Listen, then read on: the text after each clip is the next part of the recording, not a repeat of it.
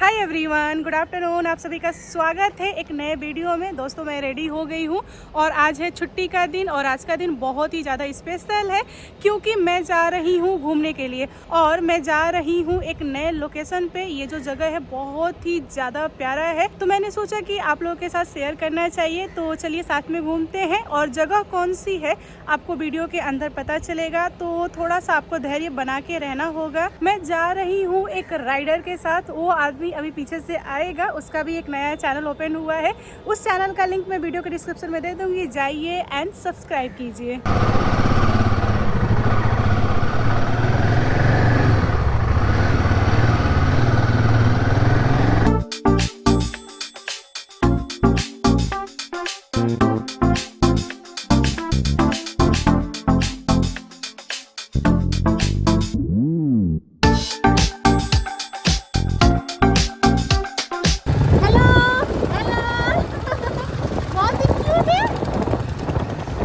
क्या मस्ती में बैठा हुआ है।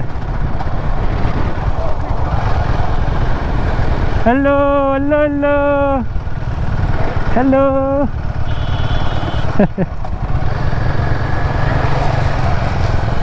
कोई राइडर है, वो अपना डॉगी लेके जा रहा है साथ में। हम मस्त एकदम लेबरा बैठा हुआ है मजे से। पहाड़ का एंजॉय लीजिए। बिहार शरीफ हम लोग पहुंचने वाले हैं और ये पहाड़ दिख रही है, बड़ी पहाड़ी इसका नाम है इस जगह का। ये रही हमारी हिमालयन और हमारे स्वामी आगे भागे जा रहे हैं। उनका गोप्रो मेरे पास है। आसू रुकिए, बताइए हम लोग कहाँ आए हैं, बताइए। रास्ते तो बताते ही आए हैं। नहीं, मेरे ब्लॉगिंग में आपने नहीं बताया क्योंकि मैंने खुलासा ही नहीं किया है कि हम कहाँ आए हैं। हम लोग है नालंदा, हाँ रूइंस ऑफ नालंदा देखने, जो नालंदा का खंडहर है, हाँ, जो कि नालंदा विश्वविद्यालय जो है विश्व का सबसे पहला रेसिडेंशियल विश्वविद्यालय है। और अभी हम लोग अंदर चलते हैं, बाकी सारा इन्फॉर्मेशन हम आपको देंगे। बाहर बहुत सारे स्टॉल लगे हुए हैं, यहाँ पे बहुत सारी सामानें मिल रही है। हम थोड़ी देर बाद देखेंगे, जब हम पूरा घूम के निकलेंगे उसके बाद से कुछ खरीदारी करेंगे इधर बाहर से। हाँ, थम्स अप और पानी का भी बोतल चाहिए क्योंकि प्यास भी लगी है। और मैंने लिया है झाल मुड़ी क्योंकि मेरा ना सर घूम रहा था, मुझे थोड़ा सा नमकीन चाहिए था। ये टिकट घर है, चल के देखते हैं कितने का टिकट पड़ेगा। तो यहाँ पे टिकट का प्राइस लिखा हुआ है। भारतीय नागरिक के लिए 40 रुपये है और विदेशी नागरिक के लिए 600 रुपये है। ये है खंडहर, इसके अंदर जाएंगे एंड हम लोग टूर गाइड रखेंगे क्योंकि हमें ज़्यादा नहीं पता इसके बारे में और मुझे जानना है सब कुछ। दोस्तों मैंने आपको नहीं बताया, गोप्रो का भी अलग से चार्ज लगा है 25 रुपये। दोस्तों यहाँ पे क्या लिखा हुआ है कुछ समझ में नहीं आ रहा है, ये अलग से लैंग्वेज में लिखा हुआ है। यहाँ पे इंग्लिश में लिखा हुआ है, आप चाहें तो इसे पॉज करके पढ़ सकते हैं, पूरा इन्फॉर्मेशन है। और यहाँ पे हिंदी में लिखा हुआ है पूरा का पूरा इन्फॉर्मेशन। हम लोग आगे बढ़ते हैं, तो हम लोग यहाँ से अंदर घुसेंगे और देखते हैं कि अंदर क्या है कैसा है। मैं पहली बार आई हूँ। हम यहाँ के लोकल गाइड है ना। अच्छा। सर जी, पूरे एशिया महादेश में ना 3 विश्वविद्यालय होता था। एक तक्षशिला पाकिस्तान के रावलपिंडी में, नालंदा जिसे आप देखने जा रहे हैं, ठीक है, विक्रमशिला भागलपुर में। अच्छा। तो तक्षशिला से जो रिलेटेड लोग थे उनमें से चाणक्य, अच्छा, चंद्रगुप्त, जीवक, चरक, पतंजलि और पाणिनि, अच्छा, ये लोग तक्षशिला से रिलेटेड लोग थे।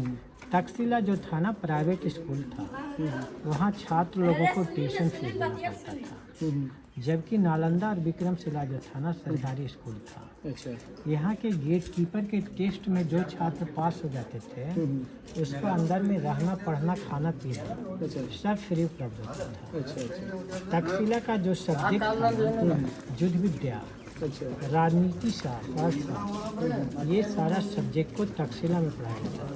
अच्छा। जबकि नालंदा का जो सब्जेक्ट था बुद्धिज्म, योगा, एस्ट्रोनॉमी, ये सारा सब्जेक्ट को नालंदा में पढ़ाया जाता था। हम बता रहे थे कि तक्षशिला जो है हुन लोगों के आक्रमण में नहीं हुआ, जबकि नालंदा और विक्रमशिला जो है ना बख्तियार खिलजी के आक्रमण में हुआ। नालंदा 2 शब्द के मेल से बना है। अच्छा। एक नालम, दूसरा दा। नालम का मतलब होता है ना कमल। कमल जो है वो ज्ञान का प्रतीक है, गुलाब जो है संस्कृति का प्रतीक है, अच्छा। दा का मतलब होता है दान करना, देना।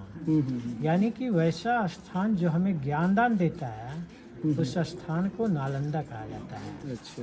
दूसरा राइटर इसको दूसरे तरह से भी लिखा है, नालम ददाती इति नालदा, यानी जहाँ ज्ञान का अंत नहीं हो उस स्थान को भी नालंदा कहा जाता है।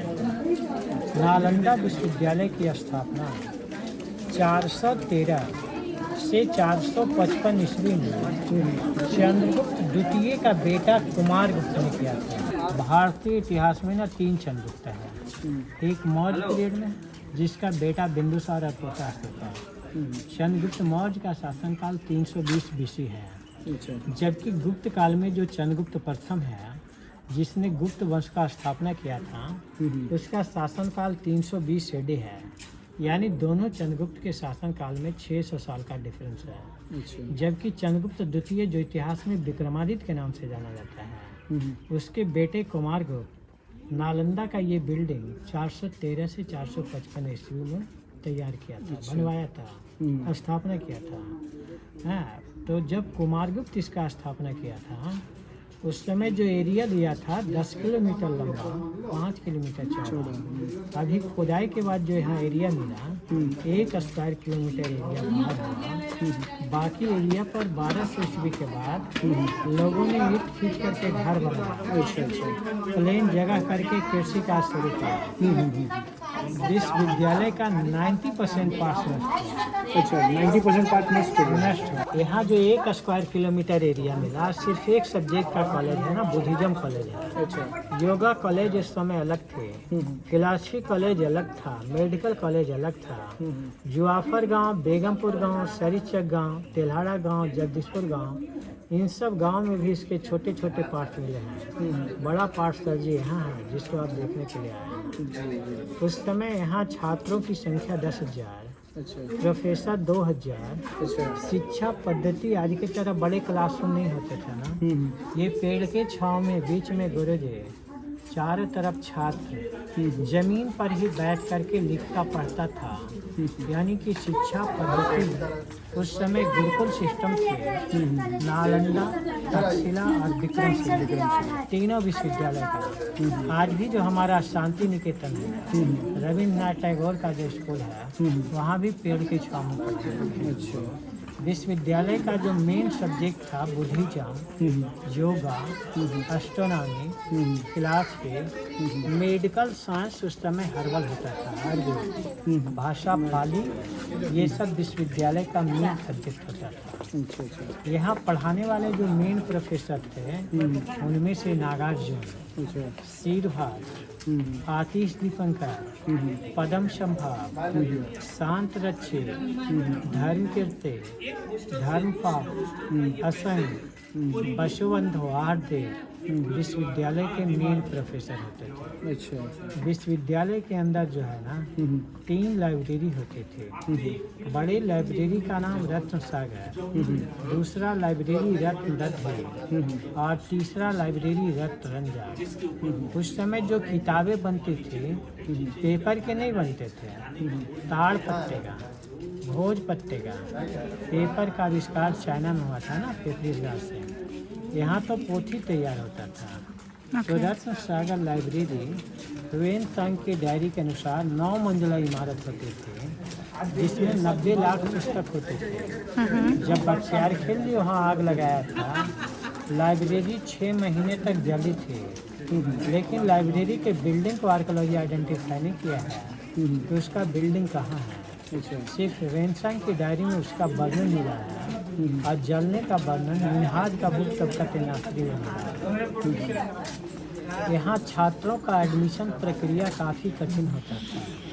आज गेट कीपर अशिक्षित होते हैं, नालंदा का गेट कीपर उस समय काफ़ी स्कॉलर होता था जो कि छात्रों का admission test on the gate conduct करता था। अच्छा, गेट पे ही टेस्ट होता था। हाँ, तब एंट्री मिलती थी। उस गेट कीपर के परीक्षा में कहा जाता है केवल 10% छात्र ही पास होते थे, अरे वाह। जिसका अंदर एडमिशन होता था। 90% छात्र जो गेटकीपर के टेस्ट में फेल हो जाते थे ना, गेट के बाहर से ही घर लौट जाते थे। आप सोचिए कि जहाँ का गेटकीपर का इतना स्कॉलर हो, उस समय प्रोफेसर और प्रिंसिपल में क्या क्वालिटी रहा होगा। सही बात।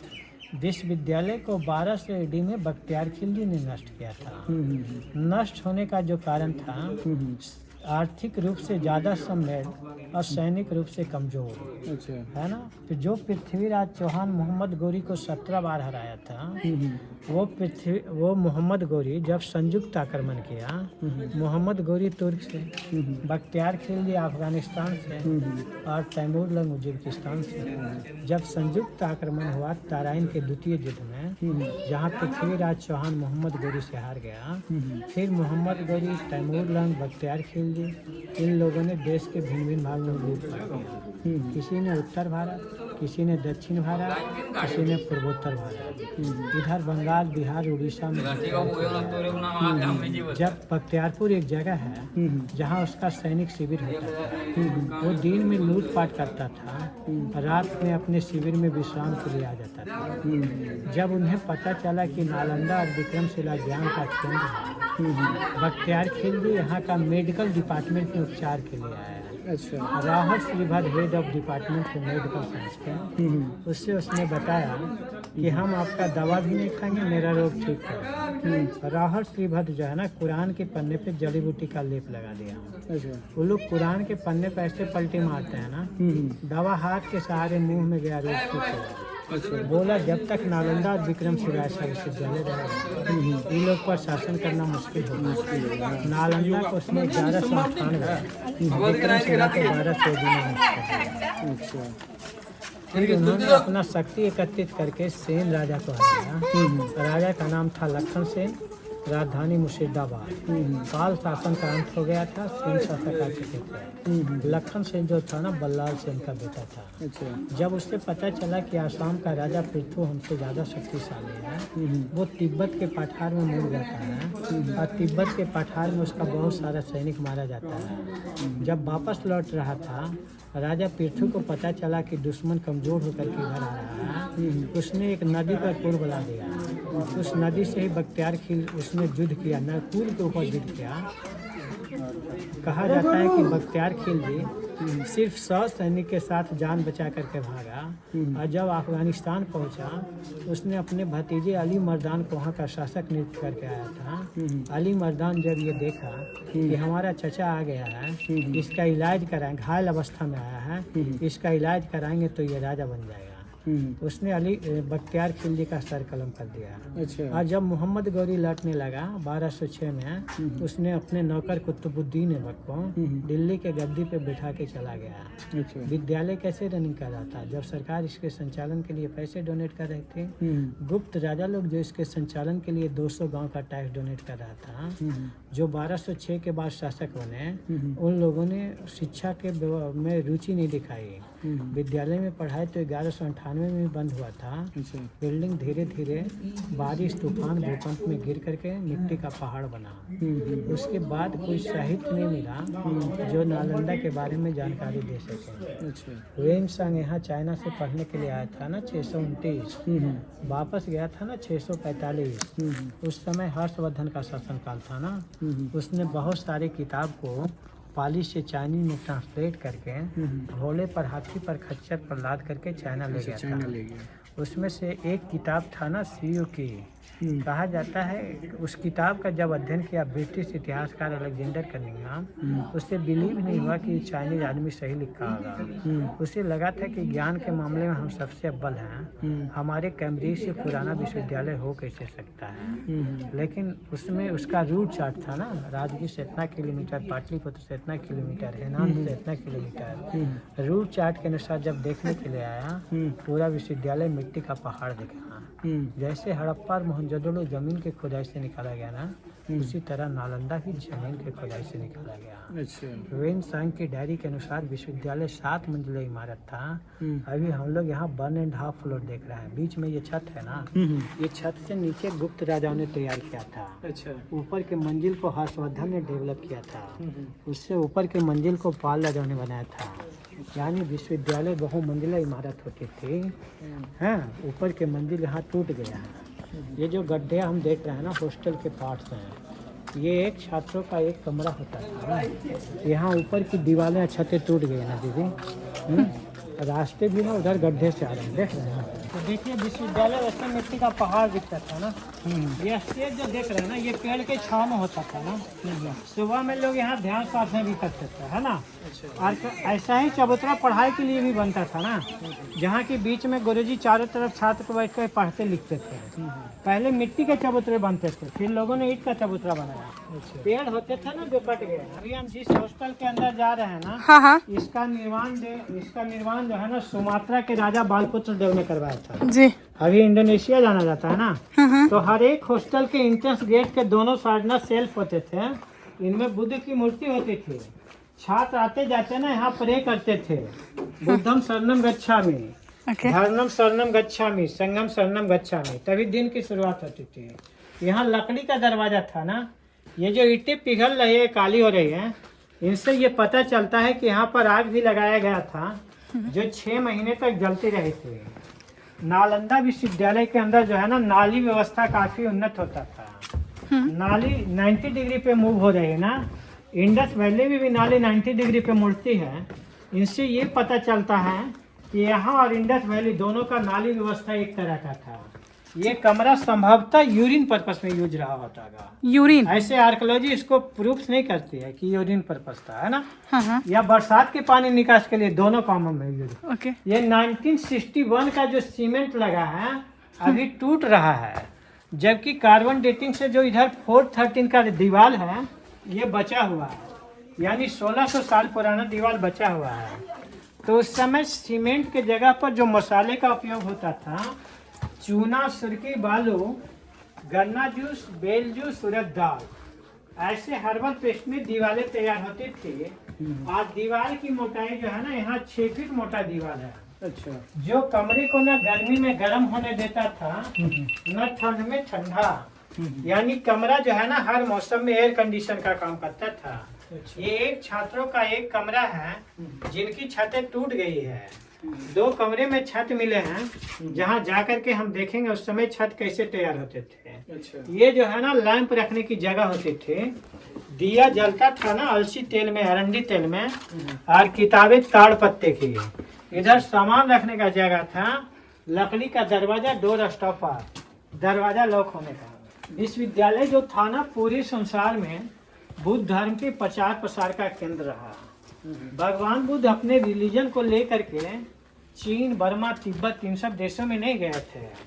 उधर से जब छात्र यहाँ पढ़ाई के लिए आते थे, जो मेडिकल साइंस पढ़ के जाते थे ना, अपना देश जाकर के आयुर्वेदिक डॉक्टर का काम करते थे। जो एस्ट्रोनॉमी पढ़ के जाता था, एस्ट्रोलॉगर का काम करता था। लेकिन जो बुद्ध धर्म पढ़ के घर लौटता था, अपना देश जाकर के बुद्ध धर्म का प्रचार प्रसार करता था। और दक्षिण पूर्व एशिया में जो बुद्धिज्म फैला, नालंदा के छात्रों के द्वारा, बुद्ध अपने रिलीजन को, अशोका बुद्धिज्म को लेकर के सिर्फ श्रीलंका गए थे, है ना। अभी पिलर दीदी सीमेंट के बनते हैं ना, उस समय पिलर ना पत्थरों के तैयार होते थे, जिनके ऊपर ना छतें होती थी। ये स्टेज जो है ना, क्लासरूम, यहाँ बीच में गुरुजी बैठते थे। गुरुजी के चारों तरफ छात्र बैठ करके लिखते पढ़ते थे। गुरुकुल सिस्टम में पहले जो हमने चबूतरा उधर पेड़ के छांव में दिखाया, वहाँ बारिश में कभी कभी पढ़ाई रुक जाती थी। बाद के राजाओं ने जब यहाँ पिलर के ऊपर छत तैयार कर दिए, यहाँ बारिश में भी पढ़ाई सुचारू रूप से चलती थी। यहाँ क्लासरूम स्पीच नहीं होता था, छोटे बच्चों का क्लासरूम नहीं था ना, क्लास नहीं होता था ना। यहाँ तो उच्च शिक्षा संस्थान था। आज भी पीएचडी की कक्षाएं डिबेट सिस्टम चलती है। नालंदा भी क्लास जो है ना, डिबेट सिस्टम चलता था। वहाँ बीच में गुरुजी, स्टेज के बीच में गुरुजी, और उनके गुरुजी के चारों तरफ स्टेज के ऊपर छात्र बैठते थे। हाँ, इसीलिए जो है ना, गेट कीपर छात्रों का प्रीवियस नॉलेज के साथ साथ उनका सेंटीमेंट भी चेक करता था कि आप यहाँ के गुरुजी साथ बहस करोगे या झगड़ा करोगे, है ना। ओके। आज भी इंटरव्यू में ना सेंटीमेंट ज्यादा चेक होता है। अच्छा, एक बात बताइए, नीचे जो लकड़ी का बना हुआ है आने जाने वाला, वो पहले का ही था या अभी का है? लकड़ी वाला नया है ना। अच्छा, नया है। पहले वहाँ व्हील चेयर वाला लोग के लिए बनाया गया है ना, अच्छा अच्छा दिव्यांग लोग का रुक जाता है ना। अच्छा अच्छा अच्छा ओके। तो हर हॉस्टल में ना दीदी एक कुआं भी था उधर पानी पीने के लिए। अच्छा। अभी तक जो कमरे आपने देखे हैं ना उनकी छतें टूट चुकी हैं। उधर जो 2 कमरे आपको मिलेंगे ना उनमें 1600 साल पुराने छत बचे हैं। खुदाई के समय उन कमरों से जले हुए चावल मिले हैं जो अभी म्यूजियम के अंदर रखे गए हैं। इनसे ये पता चला ना कि कमरा अनाज का गोदाम होता था और ये कमरे बुद्ध के मंदिर होते थे। अच्छा। इनकी मूर्तियों को अभी म्यूजियम में रखा गया ना। और ये पत्थर जो है ना माइका है, अबरख है ना। हाँ। इस पत्थर पर जब चांद का रोशनी पड़ता था, हाँ। सूरज का रोशनी पड़ता था, ये रिफ्लेक्ट होकर के आंगन को ग्लो करता था। अच्छा। इस कमरे को भी रोशनी देता था। जिस समय अमेरिका इंग्लैंड के लोग जंगलों में रहते थे ना, नालंदा के लोगों को प्रकाश परावर्तन क्रिया मालूम होती थी, है ना। तो आप उधर से छत और कुआं देख करके आइए। हाँ। इस पत्थर में मोबाइल का टच जलाइएगा, ये चमकेगा, है ना। कौन सा, ये वाला पत्थर? हाँ, ये चमकदार पत्थर है ना। अच्छा अच्छा। इसका रिफ्लेक्शन कैपेसिटी हीरे से ज्यादा है ना। ओके हम ट्राई करते हैं। हाँ बस 2 मिनट में आ गए। दोस्तों मुझे बहुत ही ज़्यादा अच्छा लग रहा है यहाँ पे आके। यहाँ पे बहुत सारे ज्ञान है, मतलब ये ज्ञान का भंडार है। उन्होंने मुझे बहुत सारी इन्फॉर्मेशन दी है। मैं पहली बार जानी इसके बारे में, आज के पहले नहीं जानती थी। तो सबसे पहले हम कुआं देखने जाएंगे एंड उसके बाद छत के ऊपर जाएंगे। कुआं जो पहले यूज होता था इसको ढक दिया गया है। मैं थोड़ी दूर से ही वीडियो बनाऊंगी, मेरे को बहुत डर लगता है फ़ोन को लेके। मुझे हमेशा ऐसा लगता है कि फ़ोन ना गिर जाए। ओ गॉड बचाइयो। हाँ बहुत ही गहरा है, इसके अंदर कुछ लोगों ने पैसे वैसे भी डाले हैं, शायद आपको दिख रहा हो। मैं जूम करके दिखाती हूँ, आइए जितना हो सकेगा उतना कवर करेंगे। ओ तेरी की, लोगों के अलग अलग मान्यता है, लोग कहीं भी कुछ भी डाल देते हैं। तो अभी हम चलेंगे छत देखने के लिए। ये 2 कमरे हैं जिनके ऊपर छत है, जैसे कि उन्होंने बताया। अंदर से देख लेते हैं कि छत कैसा है, पहले के टाइम पे कैसा बनता था। ओहो सही है, मतलब ऐसे राउंड टाइप का बनता था। ये देखिए, ये सारे पहले के हैं, बहुत पुराने हैं। ओहो, कुछ लोगों ने यहाँ पे कुछ चीज़ें लिख दी है जो कि बहुत ही गलत चीज़ें, नहीं लिखना चाहिए, हमें गंदा नहीं करना चाहिए दीवार को। ये पहले का है ना। दोस्तों इसके ऊपर भी छत है बट ये गेट दिया गया है ताकि हम लोग इसके ऊपर ना जाए। खैर मना है तो नहीं जाएंगे। अभी चलते हैं अपने गाइड के पास, वे हमें बताएंगे आगे की चीज़ है। ये पूरा मैंने देख लिया है। कैसा लग रहा है आपको? ये बेचारे परेशान है अपने गोप्रो में, बार बार बैटरी चेंज कर रहा है। मेरा फ़ोन इज़ द बेस्ट क्योंकि सारी चीज़ें ले रहा है। आसू ट्राई कीजिए ना यहाँ पे वो टॉर्च जला के जो चमकता है, देख लिए? मुझे देखना है, एक बार जलाइए ना, जलाइए जलाइए जरा देखें कैसे चमकता है। अभी नहीं दिखेगा, वो रात में दिखेगा। अच्छा, इन्होंने बोला कि दिखेगा, चमकेगा, तो देखते हैं। तो थोड़ा सा ये साइन कर रहा है। हाँ हाँ दिख रहा है। हाँ हाँ हाँ हाँ हाँ दिख रहा है जो साइन। अरे रे हाँ, मुझे तो साइन दिख रहा है, कैमरे का पता नहीं। अच्छा ये कौन सा पत्थर है? माइका है ना। माइका घाटी में बहुत मात्रा में पत्थर मिलता है। अच्छा अच्छा, अबरख भी बोलते हैं। अबरख। ओके हेलो, कुछ लेके नहीं आए? सॉरी बेटा, कुछ नहीं लाए हैं। तो चलिए आगे का ज्ञान लेते हैं हम लोग। ये जो बिल्डिंग हम लोग देख रहे हैं ना भैया, ये 413 AD का बना हुआ बिल्डिंग है। लेकिन यहाँ जो शिक्षा संस्थान की स्थापना हुई, वो बिल्डिंग बनने से भी 1000 साल पहले है। अच्छा, बिल्डिंग बनने से पहले ही यहाँ पे पढ़ाई शुरू हो गई जी थी। जी जी जी 600 BC है ना। अच्छा। जिस समय भगवान बुद्ध यहाँ जिंदा होते थे ना, ये जगह उस समय आम का बागान होता था। अच्छा, बुद्ध के समय में। हाँ, ये जो आम का बागान था ना, आम का बगीचा जो था, भगवान बुद्ध के प्रमुख शिष्य सारीपुत्र का जन्म स्थान था। अच्छा। सारीपुत्र, मोगलायन, आनंद उपाली, ये सभी भगवान बुद्ध के शिष्य होते थे। अच्छा। सारीपुत्र जब बुद्ध के प्रभाव में आकर के बौद्ध धर्म में एंट्री हुए, उस समय तक जितने सारे लोग बौद्ध धर्म में एंट्री हुए थे, उनमें से सबसे ज्यादा तेज तरार शिष्य भगवान बुद्ध को सारीपुत्र समझ में आया। अच्छा। जैसे क्लास में क्लास टीचर लोग मॉनिटर बनाते हैं ना, बुद्ध ने भी सारीपुत्र को धर्म सेनापति बना दिया। अच्छा। ये सेनापति बनने के बाद सारीपुत्र ईशान के बगीचे में एक ट्यूशन सेंटर बनाया था। अच्छा। जहाँ छात्र मिट्टी के झोपड़ी में रहते थे, पेड़ के छांव में शिक्षा लेते थे। वो सभी अगल बगल के गांव में भिक्षाटन करते थे। अच्छा, भिक्षा मांगने। हाँ जी, ये परंपरा जो है ना 600 BC से 413 AD तक यहाँ पर धीरे धीरे करके विकसित होता रहा। कुमार गुप्ता जब मगध का राजा बना, उसने देखा यहाँ पर पहले से बहुत सारे लोग जो है ना टीचिंग वर्क में इन्वॉल्व है, सम्मिलित है। उसने उस ट्यूशन सेंटर को बदल दिया ग्लोबल यूनिवर्सिटी के रूप में। अच्छा, ट्यूशन सेंटर ही यूनिवर्सिटी का। उनका मिट्टी का झोपड़ी जो होता था उस समय, उसको हटा करके कुमार गुप्ता ये पक्का बिल्डिंग तैयार कर दिया। अच्छा। छात्र यहाँ जो भिक्षाटन कर रहे थे ना, उनकी समाप्ति के लिए उसने 200 गांव का टैक्स प्रत्येक साल दान में देना शुरू कर दिया। अच्छा। तो इस तरह से ट्यूशन सेंटर को कुमार गुप्त ने ग्लोबल यूनिवर्सिटी में बदला, जहाँ की दक्षिण प्रवेशिया से छात्र लोग पढ़ाई करने के लिए आने लगे। सारी पुस्तक के बारे में कहा जाता है ना सर जी, कि जहाँ उनका जन्म हुआ था ना, वहीं उनको निर्वाण हुआ। अच्छा। उनके अस्थि को छात्रों ने मिट्टी से कवर किया, जो विभिन्न राजाओं के द्वारा विकसित होकर के नालंदा का बड़ा स्तूप बना। ये सामने का बड़ा स्तूपा जो है ना सारीपुत्र का है, जिसने 2600 साल पहले यहाँ ट्यूशन सेंटर का शुरुआत किया था। और जब एक आदमी के डेड बॉडी पर स्तूप तैयार हुआ ना सर जी, यहाँ पर एक परंपरा की शुरुआत हो गई। उस समय छात्र और प्रोफेसर दोनों ही बौद्ध भिक्षु होते थे, पर छात्र पढ़ाई खत्म करके घर लौट जाते थे। प्रोफेसर लोग यहाँ मरने तक बौद्ध भिक्षु होते थे। अच्छा।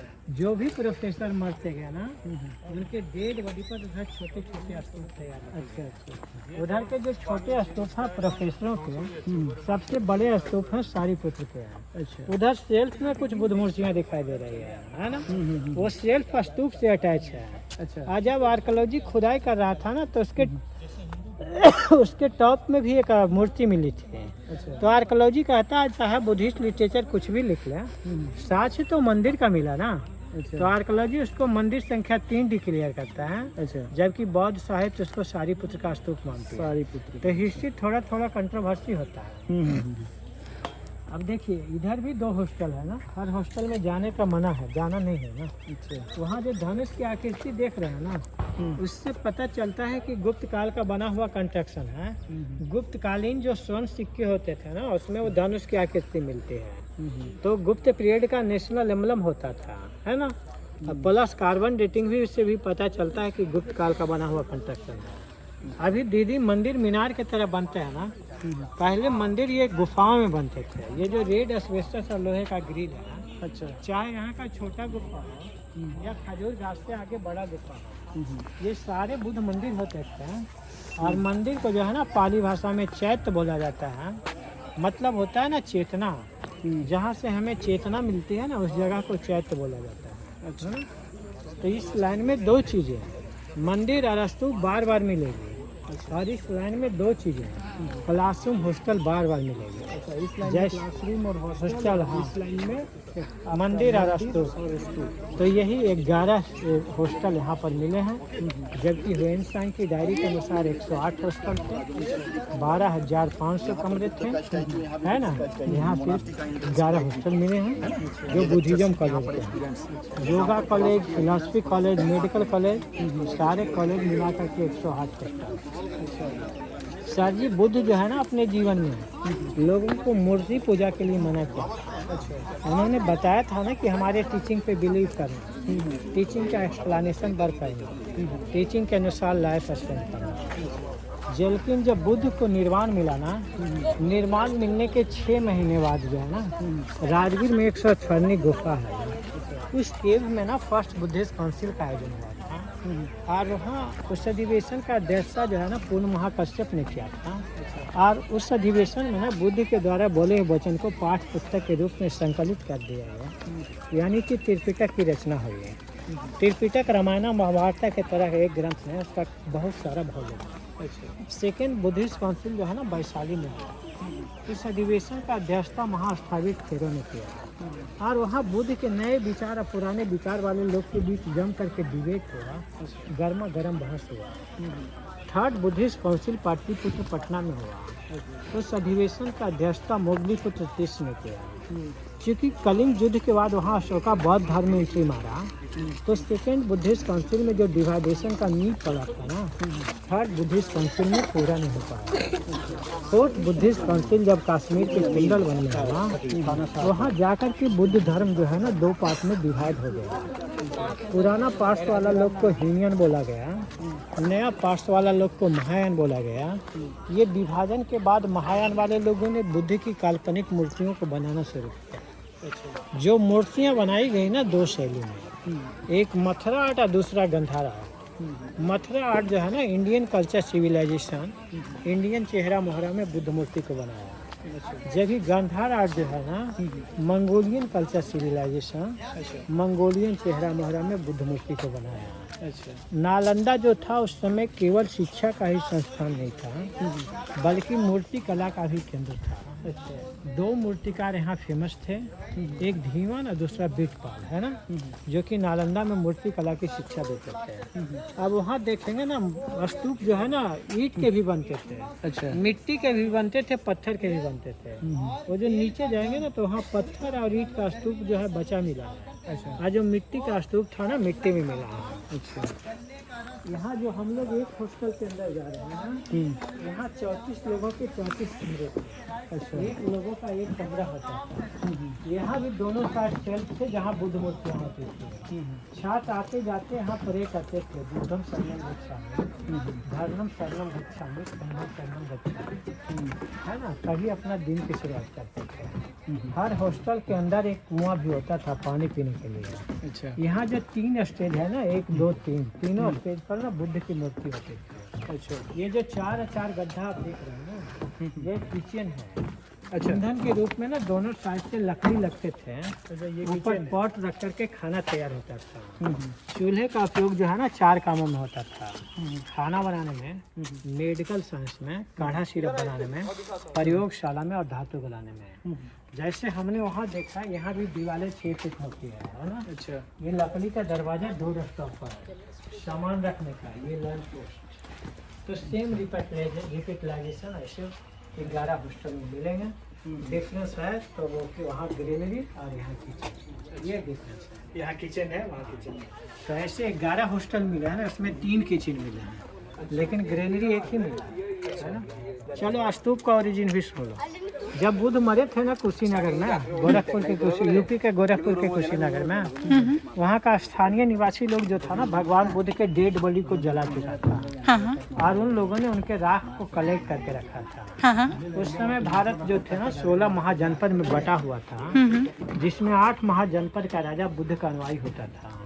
उन लोगों को जब ये समाचार मिला कि बुद्ध कुशीनगर में निर्वाण प्राप्त कर लिया, 8 जनपद का राजा वहाँ एकत्रित हुआ और लोगों के बीच जो है ना तलवारें खींच गई, राख हमें चाहिए, हमें चाहिए, हमें चाहिए। द्रोण ब्राह्मण वहाँ मध्यस्थता किया, लोगों को बताया कि बुद्ध पूरे जीवन भर शांति अहिंसा के लिए काम किया, तुम लोग उनके राख के लिए युद्ध करोगे, ये बुद्ध के 25-26 श्रद्धालु नहीं होगी।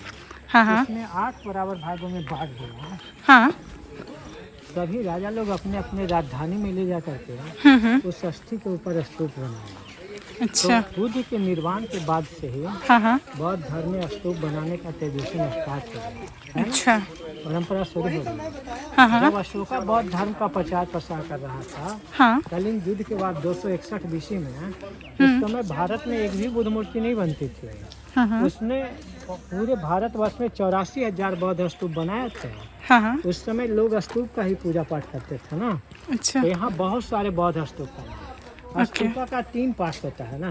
जैसे ये जो आप देख रहे हैं, ये स्तूपा का सिर्फ बेस है, समझ रहे हैं ना, ये नीचे वाला ये बेस है। हाँ, जैसे हमारा पैर होता है ना, पैर है। ये पार्ट में हम लोग चावल दाल सब्जी रखते हैं ना, वो लोग इस पार्ट में राख रखता है, इसको समिष्ठा बोलता है।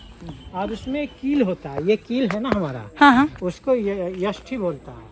अच्छा, यष्टि, समिष्ठा और बेस तीनों मिलाकर के एक स्तूप। यहाँ जो आप देखेंगे ना 4 कोने पे 4 छोटे मंदिर थे, 1 2 3 दिखाई रहा है ना। सेंटर में एक बड़ा गुफा था, यानी बड़ा मंदिर था। छोटे मंदिर के भी बाहर परिक्रमा पथ थे, बड़ी मंदिर के भी बाहर परिक्रमा पथ थे। यानी टोटल यहाँ 5 मंदिर थे, 4 कॉर्नर में, एक सेंटर में। समझ रहे ना सर जी। तो इस तरह के मंदिर निर्माण की शैली को ना नागर शैली बोला जाता है। नागर शैली। जहाँ एक गुम्बद के अलावे 2, 3, 4, 5 गुम्बद हो वहाँ नागर शैली बोला जाता है। अच्छा। एक द्रविड़ शैली होता है ना मंदिर निर्माण हाँ, की, साउथ की जिसमें हाँ आपका कोयम्बटूर मीनाक्षी मंदिर, फिर तिरुपति मंदिर, ये सब द्रविड़ शैली का उदाहरण है। एक बेसर शैली होता है ना, उसमें खजुराहो का टेम्पल बेसर शैली का। अभी जो राम मंदिर बन रहा है नागर शैली का उदाहरण। अच्छा, नागर शैली। तो मंदिर निर्माण की 3 शैली, मूर्ति निर्माण, बुद्ध की मूर्ति निर्माण की 2 शैली। मेरा काम यही समाप्त है। वहाँ 3 स्टेयर दिखाई दे रहा है ना, नीचे का स्टेयर 5वीं शताब्दी ईस्वी गुप्त राजा ने बनाया था। अच्छा। बीच का स्टेयर 7वीं शताब्दी ईस्वी हर्षवर्धन ने डेवलप किया है। ऊपर का स्टेयर 9वीं शताब्दी पाल राजाओं ने बनाया। जिन राजाओं ने बौद्ध धर्म को प्रमोट किया, सब लोग सारीपुत्र के स्तूप को स्टेप बाई स्टेप उठाते चला गया। थैंक यू, आपने बहुत अच्छा बताया। बुद्ध की जो मूर्ति थी, बुद्ध का मतलब वो इमेजिनेशन करके लोग बनाए थे। काल्पनिक है ना, काल्पनिक जब है। 500 साल एक भी मूर्ति नहीं बना तो फिर इमेजिनरी है ना। हाँ, वो भी जाइएगा ना तो किसी में कर्ली बाल बुद्ध का मिलेगा, तो किसी में ऐसे बांध के यहाँ पर रहेगा, छोटी टाइप से। हाँ। नहीं रहेगा ना।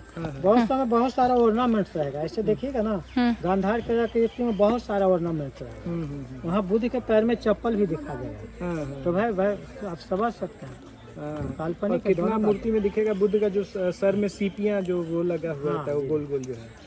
ठीक है। फाइनली दोस्तों हमारा घूम के हो गया। यहाँ आके काफ़ी अच्छा लगा और यहाँ पे भर भर के ज्ञान मिला है मुझे, और मैं भी आपके साथ शेयर करूँगी। यहाँ पे बहुत सारी ऐसी ऐसी जानकारियाँ हैं जो हमें जानना चाहिए।